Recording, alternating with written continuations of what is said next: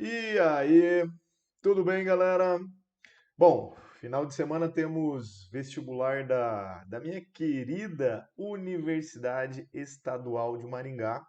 E para você ir bem tranquilo, para você ir seguro, nós vamos fazer aqui um breve levantamento do que pode aparecer lá na sua prova. Então, eu montei aqui uma estatística para a gente se basear de uma maneira mais segura no que pode aparecer na prova. Então, olha, vamos focar em termologia, dinâmica, cinemática, ondulatória e ótica. Então, esses são os 5 conteúdos que têm maior incidência na UEM.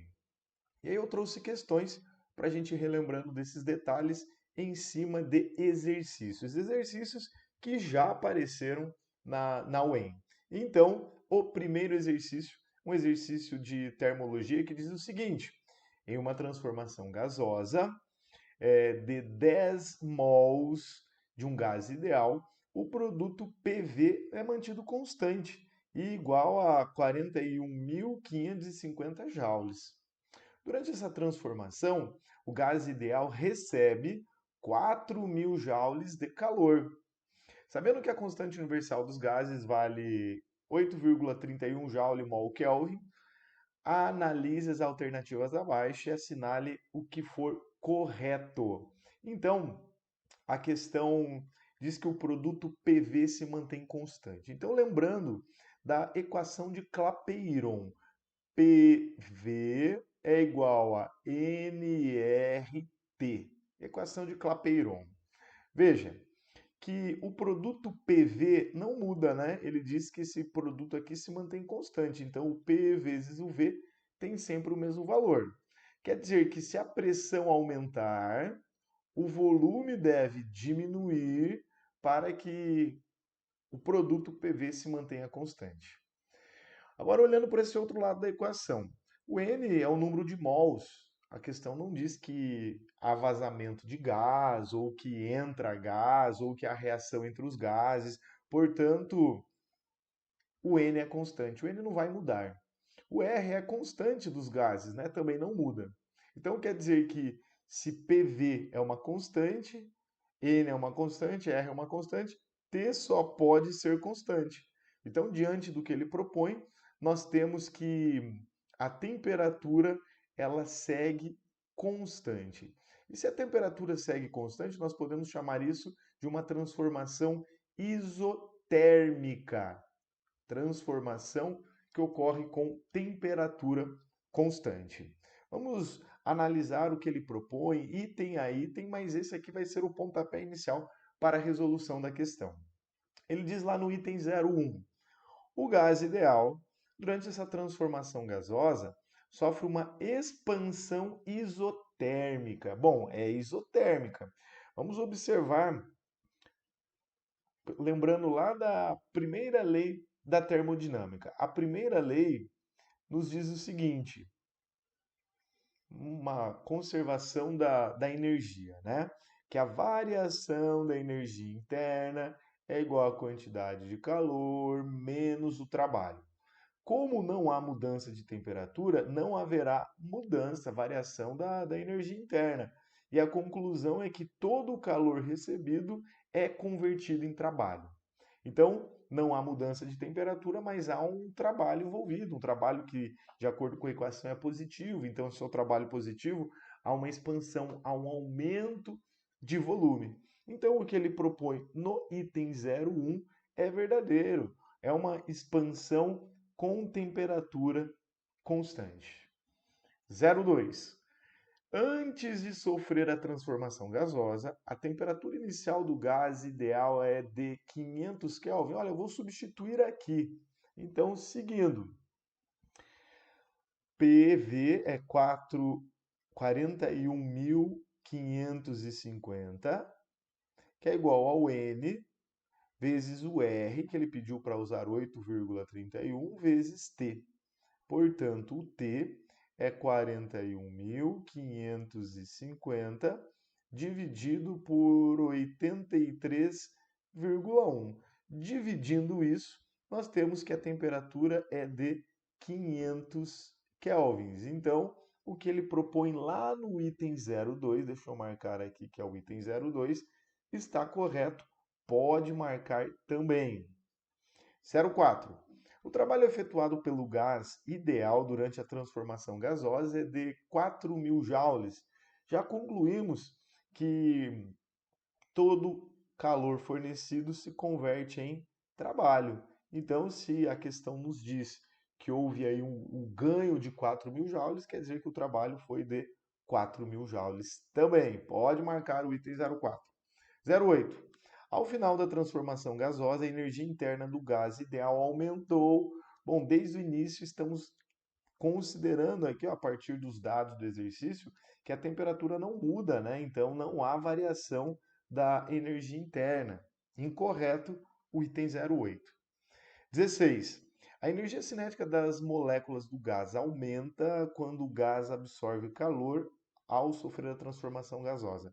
Bom, se a energia cinética aumentar, lembra que a temperatura está associada ao movimento, à agitação das partículas, né? Então, se houver um aumento de energia cinética, é porque houve um aumento na agitação, logo teríamos que dizer que a temperatura aumentou. Mas nós vimos desde o início que isso não ocorre, então, incorreto o item 16. Portanto, a soma para a questão 01 vai ser 1 mais 2 mais 4, que fecha 0,7. E com essa questão podemos lembrar aí de alguns detalhes da termologia, mais especificamente aqui da termodinâmica. Questão 2. Uma força de 10 newtons, que faz um ângulo de 60 graus com horizontal, é empregada para puxar uma corda de 2 kg. Então a força é de 10, formando um ângulo de 60 graus com horizontal. E a caixa tem uma massa de 2 kg. E ela se desloca por 10 metros em um tempo de 10 segundos. Considerando que o coeficiente de atrito cinético entre a superfície horizontal e a caixa é de 0,2, lembrando que o coeficiente de atrito é adimensional, não tem unidades, a gravidade vale 10, o seno de 60 é 0,86 e o cosseno de 60 é 0,5. E aí a questão começa. A potência associada à componente horizontal da força é de 5 watts. Vamos lá, entendendo a problemática. Eu tenho uma superfície, aqui está a superfície, e em cima dessa superfície, que tem atrito, né? Tem coeficiente de atrito, então temos força de atrito. Nós temos uma caixa e ela é puxada por uma força, de acordo com o enunciado, de 10 newtons. E essa força é inclinada 60 graus com a horizontal. Toda força oblíqua, toda força inclinada é passível de decomposição. Então ela vai ter uma componente em x e ela vai ter uma componente em y. E nós vamos calcular imediatamente essas componentes. Eu vou seguir ao lado aqui, vamos calcular a força x e a força y, as componentes nos eixos x e y. Então nós temos que a força x vai ser a força vezes o cosseno de 60 graus. A força x, o exercício nos diz que o cosseno de 60 é 0,5, né? Então a força x é igual a 5 newtons. A força y vai ser a força vezes o seno de 60 graus. A questão solicita aí a utilização do seno de 60 como 0,86, né? Deixa eu só verificar, 0,86. Então a força y vai ser igual a 8,6 newtons. Voltando para o desenho e substituindo esses valores. Então a força X nós sabemos que vale 5 newtons e a força Y sabemos, a componente Y, que vale 8,6 newtons. Feito? O item 01 fala que a potência associada à componente horizontal, ou seja, a componente X, é de 5 watts. Calculando a potência. Para obter a potência, nós vamos primeiramente obter o trabalho. Então, para o item 01, nós temos que o trabalho é a força X vezes o deslocamento. Portanto, o trabalho é de 50 joules. Mas como ele fala da potência, a potência vai ser o trabalho dividido pelo tempo. Acabamos de obter que o trabalho é 50 e no enunciado ele nos diz que o tempo é de 10 segundos. Portanto, a potência é de 5 watts. E foi o que ele propôs, né? Então, assinale o item 01, que ele é verdadeiro. Item 02. A força normal à superfície é de 11,4 newtons. Vamos lá, calculando a força, a força normal. Bom, deixa eu voltar aqui no desenho e já destacar que o peso desse objeto, o peso é a massa vezes a massa é 2, a gravidade é 10, então o peso dele é de 20 newtons. Então ele é puxado para baixo uma força de 20 newtons, mas ele não cai porque ele está ali na superfície, né? Então tem que ter uma força contrária de 20 newtons também. Sabemos que já existe uma componente aqui, ó, de 8,6 newtons. Então a superfície vai fazer uma força. Lembra que a força que a superfície faz, a força que forma 90 graus com a superfície, chama-se força normal. Então, a força que a superfície exerce sobre a caixa é a normal. Veja, já que a caixa não sobe, não desce, é 20 newtons para baixo, então tem que ter 20 newtons para cima.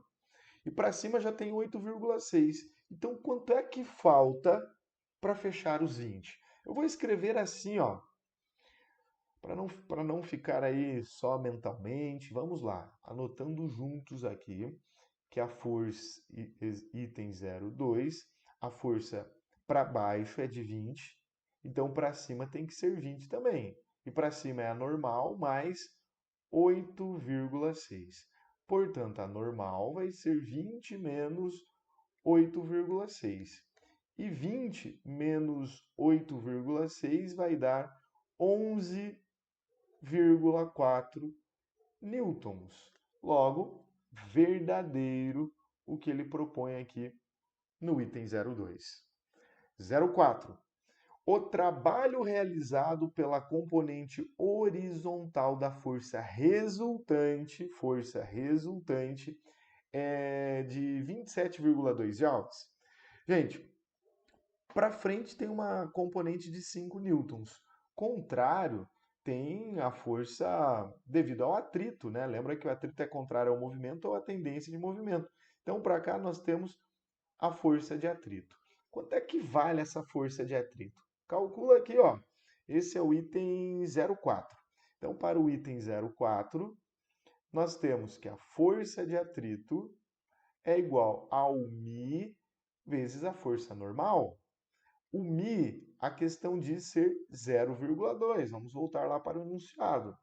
O μ é 0,2. Aqui, ó, a força normal é 11,4. Então, 0,2 vezes 11,4. Portanto, força de atrito é igual a 2,28 newtons. Esse é o valor da força de atrito.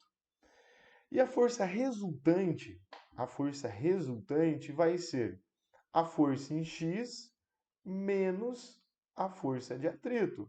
Dá uma olhadinha aqui para o nosso desenho. A força em X para a direita, a força de atrito para a esquerda. Então, forças em sentidos contrários, na mesma direção, a gente subtrai, né? Então, vai ser 5 menos 2,28. Logo, a força resultante é igual a 2,72. Essa é a força resultante. O item 4 está falando do trabalho da força de atrito, né?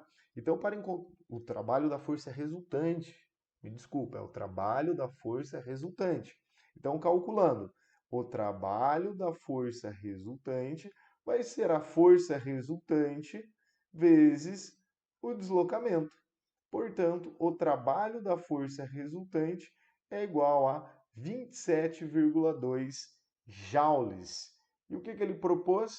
Exatamente isso. Então, pode marcar o item 4, que ele é verdadeiro. 8. A força de atrito entre o bloco e a superfície é de 2,28. Já calculamos aqui, ó, a força de atrito 2,28 newtons. Então, só assinalar o item 08 que ele é verdadeiro. 16. O trabalho realizado pela força peso é de 10 joules. Gente, a força peso, nesse caso, ela não realiza trabalho. O trabalho da força peso, deixa eu anotar aqui, ó, o trabalho da força peso poderia ser calculado assim, ó, a força vezes o deslocamento vezes o cosseno do ângulo θ.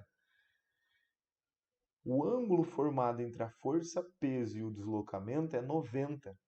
E o cosseno de 90 é zero. Então, se o cosseno de 90 é zero, não importa qual seja o valor da força, qual seja o valor do deslocamento, que nós teremos o trabalho do peso igual a zero.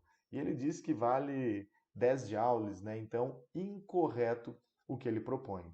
Então, marcamos a 1, a 2, a 4 e a 8, somando 15. Exercício 2, a resposta é 15. Um exercício de mecânica, mais especificamente aí de dinâmica. Feito! Partiu para a questão 03. O gráfico abaixo representa a velocidade em quilômetros por hora de um avião em função do tempo em minutos. Veja, quilômetros por hora e aqui, ó, em minutos. Não há coerência entre as unidades, então fique muito ligado na hora de trabalhar com essas grandezas. Com respeito a essa viagem, assinale o que for correto. A maior aceleração empregada pelo avião durante a viagem foi de 15 a 45 minutos. Olha, 15 minutos a 45 minutos. Vamos lá. O tempo 15 está aqui, ó. A velocidade é 600. O tempo 45 aqui, a velocidade 600. Poxa, de 15 minutos a 45 minutos, a velocidade se manteve constante. Então, se a velocidade é constante, não há aceleração, né? Então, o que ele propõe aí no item 01, incorreto. No item 01, de 15 a 45 segundos, nós nem temos aceleração. 2. Durante os 15 primeiros minutos, o avião se deslocou com aceleração igual a 2.400 km por hora ao quadrado. Vai, o tempo 15 está aqui, e lá no tempo 15 a velocidade é 600 km por hora. No tempo 0 a velocidade é zero. Então, lembrando que, vamos fazer aqui, item 02, aceleração é a variação da velocidade pela variação do tempo, né? A variação da velocidade foi de 0 até 600, então a variação da velocidade é 600 quilômetros por hora. E o tempo para isso, veja no gráfico, o tempo para isso foi de 15 minutos. Atenção, atenção, quilômetros por hora, eu não posso dividir por minutos aqui. Então, se eu tenho 15 minutos, eu vou transformar ele para hora. Então, 15 minutos eu divido por 60 para que eu tenha em horas. Então, a aceleração vai ser 600. Veja que é uma divisão aqui de frações, né? Então, na divisão de frações, eu conservo a de cima e multiplico pelo inverso da de baixo. Portanto, a aceleração vai ser igual a, eu já calculei ela aqui, vai ser igual a 2.400 quilômetros por hora ao quadrado. E foi o que ele propôs, logo pode assinalar o item 02. 4. Durante os 10 primeiros segundos, o avião percorreu 60 quilômetros. Olha, eu vou destacar aqui para ficar mais didático. Ele fala nos 10 primeiros minutos, né? Será que foi isso? Olha, os 10 primeiros minutos aqui. Como é um gráfico da velocidade em função do tempo, a área do gráfico nos fornece o deslocamento. Então, nos 10 primeiros minutos, nós temos esta área, um triângulo, né? Então, vamos calcular a área do triângulo e essa área corresponde ao ΔS. Então, para o item 04, nós temos que o ΔS é igual à área. Atenção com as unidades, hein? Ali em rosinha, a área demarcada é um triângulo, então a área de um triângulo é base vezes altura dividido por 2. A base é 10 minutos, eu vou dividir por 60 para deixar em hora. Então a base é 10 dividido por 60 para ficar em hora. A altura foi de 400 quilômetros por hora. Então, base vezes a altura, tudo isso vai ser dividido por 2. Logo, o ΔS será igual. Olha, eu já posso cancelar esse zero com esse zero, vai ficar 200 dividido, 400 por 2 dá 200, 200 dividido por 6 é a mesma coisa que 100 dividido por 3. Então, o ΔS vai dar aí 33, alguma coisa, né? Mas enfim, independente da resposta, não dá 60 quilômetros. Então, item 04, incorreto. 08. A velocidade média do avião durante a viagem foi de 300 quilômetros por hora. Para encontrar a velocidade média, eu vou calcular toda a área. Então, calculando a área aqui, ó, deixa eu marcar essa área em amarelinho. Toda essa área. Veja que toda essa área vai ser a área do trapézio, né? Um trapézio isso aqui. Então, calculando toda a área. Vamos escrever aqui o item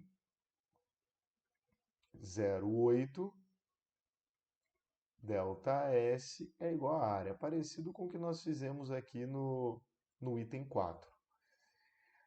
Agora é o trapézio, então é a base maior é 60 minutos. 60 minutos é uma hora, né? 60 minutos é uma hora. Então, a base maior é 1 hora, mais a base menor. A base menor é isso aqui, ó, que vai de 15 até 45. De 15 a 45 é 30 minutos. E 30 minutos é meia hora. Então, é a base maior mais a base menor dividido por 2 vezes a altura. Estou calculando, gente, a área do trapézio. A altura é 600. Então, o ΔS vai ser 1 mais 0,5 dá 1,5 vezes 600 dividido por 2 vai dar 450 quilômetros. Para calcular a velocidade, nós vamos pegar o quanto ele anda e dividir pelo tempo. Então, a velocidade vai dar 450 quilômetros por hora.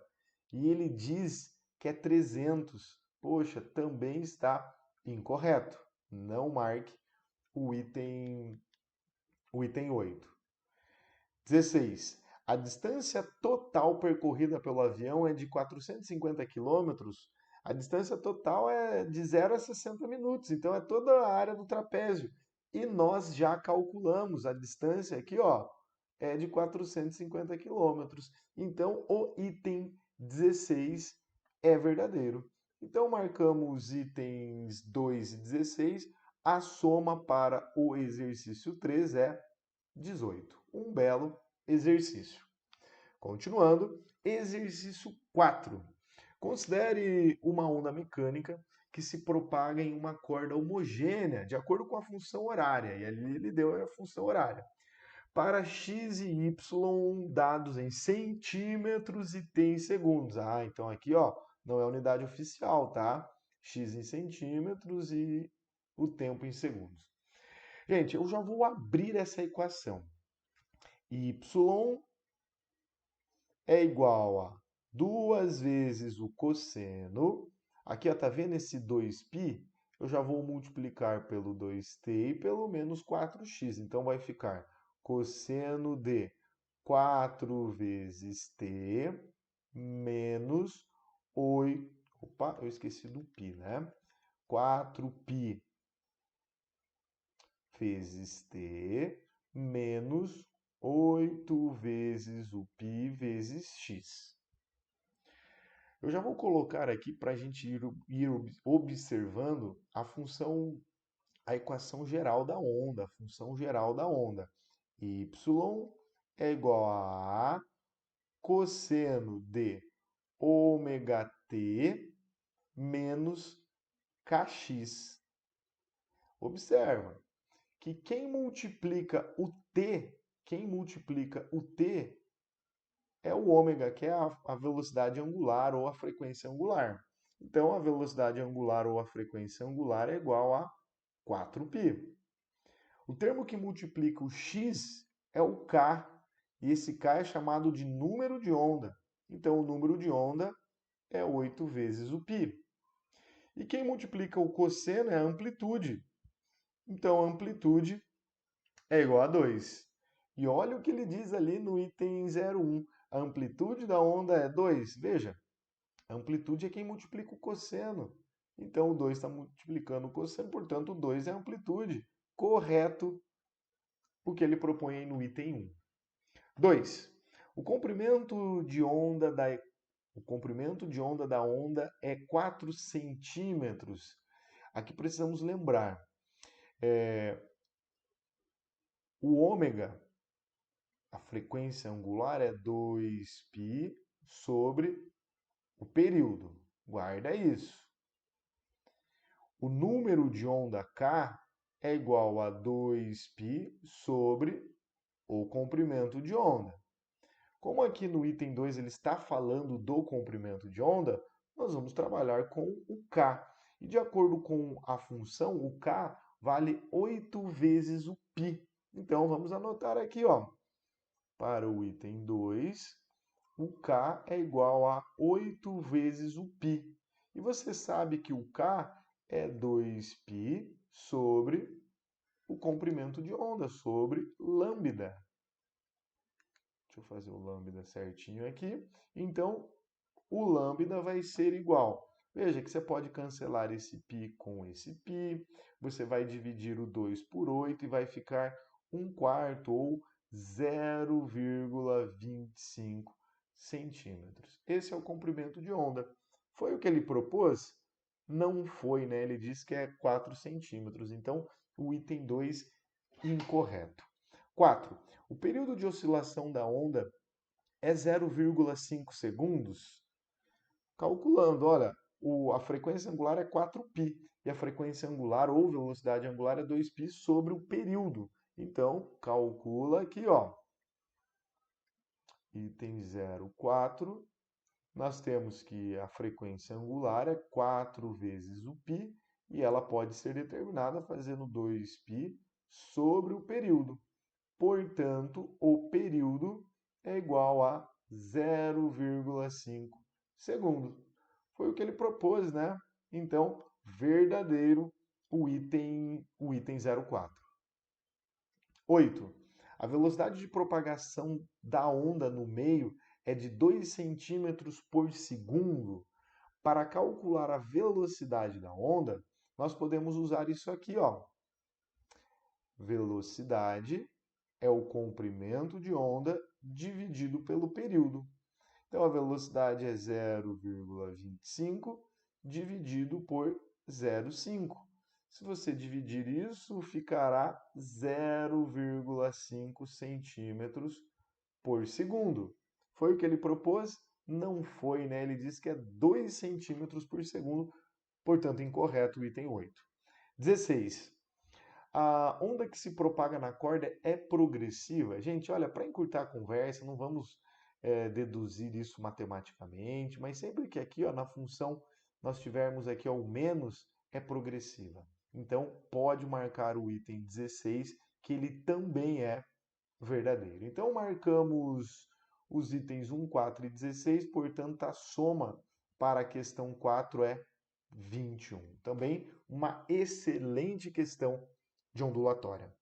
Vamos para a última questão. Questão número 5, uma questão de ótica. Olha, ela não diz muita coisa, ela já vai direto ao ponto, né? Assinale o que for correto sobre o conteúdo de ótica. 01. A velocidade de propagação da luz em um meio transparente varia na razão inversa do seu índice de refração absoluto. Gente, o índice de refração é igual a C dividido por V.